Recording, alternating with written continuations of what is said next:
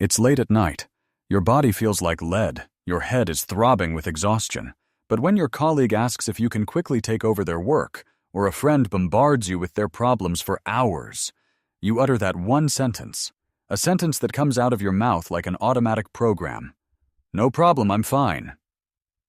But that's a lie, a dangerous lie. Deep down inside, you feel this toxic emotion, an invisible guilt. The mere thought of saying no makes your heart race. It feels like you're a serious criminal, just because you dare to think about your own needs. You've learned to bury your own desires just to keep the peace. But ask yourself, are you truly living your own life? Or are you just playing the role of the perfect extra in someone else's script? Today, we're exposing a silent tragedy. The tragedy of people who understand too much, but lose themselves in the process. It's the psychology of silence that eats you up inside. Welcome back to Psychology Brief.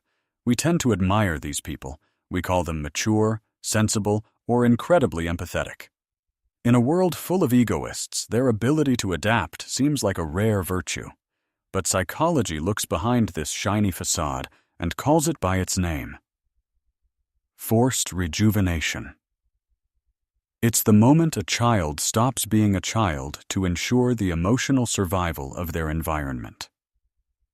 You didn't learn to be considerate because you wanted to. You learned to erase your own identity to calm the world around you. In science, we're not talking about charity here. Psychologist Pete Walker coined a term for it that could shake your entire self-image: the fawning reflex. Imagine your nervous system as a security system. When we're in danger, we fight or we run away. But what if you can neither fight nor flee? Then you start to fawn. You become a people pleaser. You read desires in people's eyes before they're even spoken. Your supposed maturity is actually not freedom. It's a prison of pure fear. Your kindness isn't a gift to the world, but your most important shield. A shield that protects you from conflict, but at the same time makes you invisible to the rest of the world. You didn't grow up. You just perfectly adapted to never be hurt again. Imagine you're a human antenna. Your entire system is tuned to a single frequency, the mood of others. That's the first characteristic of this destiny: hypervigilance. You enter a room and immediately sense the slightest cracks in the atmosphere.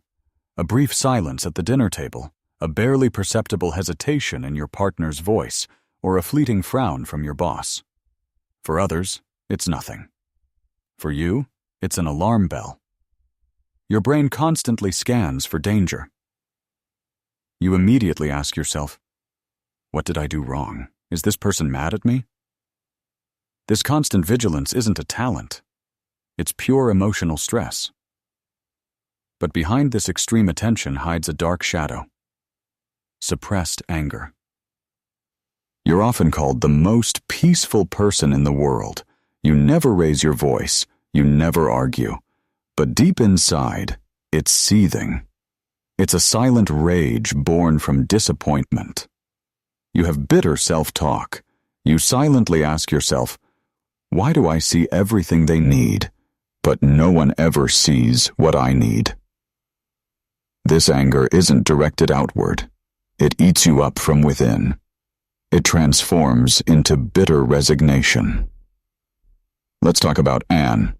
In her circle of friends, she's considered the safe zone. She's the one who always listens, who always helps. One evening, Anne stands alone in front of her closet. She wants to buy something nice, but she freezes. She doesn't know what color she actually likes. She doesn't know what hobby brings her joy. Her whole life, she's been like a mirror. She's always just reflected the desires of others until her own image has completely faded. When the mirror is empty, who's left? Here lies the cruelest paradox. You believe your self-sacrifice makes you lovable. But the truth is painful. People don't love you. They love the comfort you offer them. They love the fact that you have no boundaries. For them, you're not a person with a soul, but a tool that works. By trying to be everything for everyone, you become a nobody to yourself. To understand why you so willingly give yourself up, we need to go back. back to a time when your world was still very small. The psychoanalyst Alice Miller described a painful truth in her work: the drama of the gifted child. Many children develop an unnatural sensitivity to their parents' needs. You became a small satellite constantly orbiting the emotional planets of your mother or father. You learned that love isn't a birthright, but a currency you have to earn through adaptation. In your childlike mind, a law emerged. If I'm perfect, if I don't cause problems, then I won't be abandoned. That's the origin of your pseudo-security. Your brain stored this mechanism as a survival strategy, but it goes even deeper, right into your biology. Every time as a child, you suppressed your own tears to avoid burdening your parents, and in return received praise like, "You're such a good child," something happened in your head. Your reward system fired off dopamine. You programmed your brain to confuse pain with recognition. Today, you're addicted to self-sacrifice. Neglecting your own soul triggers a chemical rush because it feels like security.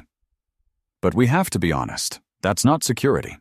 It's a hostage situation where you are both the victim and your own captor. You're not good, you're conditioned. And this conditioning tells you that your right to exist depends on how useful you are for the happiness of others. We need to stop romanticizing this self-sacrifice, because behind the smile of the always nice person often hides a dangerous form of darkness, high-functioning depression. You function perfectly. You do your work. You're a reliable partner. You laugh in the right places. But inside, you've long been burnt out. Your soul is like an abandoned city. You feel empty because you've invested your energy in the mask of kindness instead of your own life. And here's the bitter truth no one wants to hear. Your extreme considerateness is, in reality, an act of emotional slavery. If your kindness isn't based on self-respect, it's worth nothing. It's just an escape from confrontation. By remaining silent when you should be screaming, you send a message to the world. You teach the people around you that it's okay to disregard you. You give them permission to ignore your boundaries because you don't set any yourself. True kindness requires courage. It requires a backbone. Someone who says yes to everything eventually has their eyes mean nothing. You're not good to others if you're cruel to yourself. You're just an accomplice in your own destruction. Finally, imagine a house. A house without windows. Outside, there's bitter cold, and you've decided to let everyone else in. To keep them warm, you burn your own furniture, your memories, and finally, your own foundation. You give them all your warmth, while you yourself freeze in the darkness. You believe you're saving them, but in reality, you're dying of oxygen deprivation in that windowless room. That oxygen is your own identity, your own needs, your true self. The world doesn't need another person who functions perfectly while dying inside. The world doesn't need more shadow. It needs people who are real, people who have the courage to be uncomfortable. Maybe your voice will tremble when you say no for the first time. Maybe your heart will race when you set a boundary. But it's in that very moment, in that first tremble, that you truly begin to live for the first time. You open the windows of your house and let in the light you've kept out for so long. Never forget, true kindness isn't a sacrifice. True kindness begins with being kind to yourself. Only when you stop betraying yourself can you stop being a stranger in your own life. I'm Apex. Thank you for following me this far. Perhaps today you recognized yourself in Anne's tears or in the silence of that windowless house. If so, know this: you are not alone with this burden. Have you ever been at a point where your own kindness almost suffocated you? Have you ever felt empty, even though everyone else thought you were perfect? Write it in the comments. Your story might be exactly what someone else needs to hear today to feel less alone. If you want to learn how to break these old chains, check out my video on the psychology of hyper-independence. or discover how to set healthy boundaries without feeling guilty. Subscribe to Psychology Brief to delve deeper into the human soul together. Take care of yourself, and start being a little kinder to yourself today. We'll see you in the next video. I'm Apex. Let's face the truth.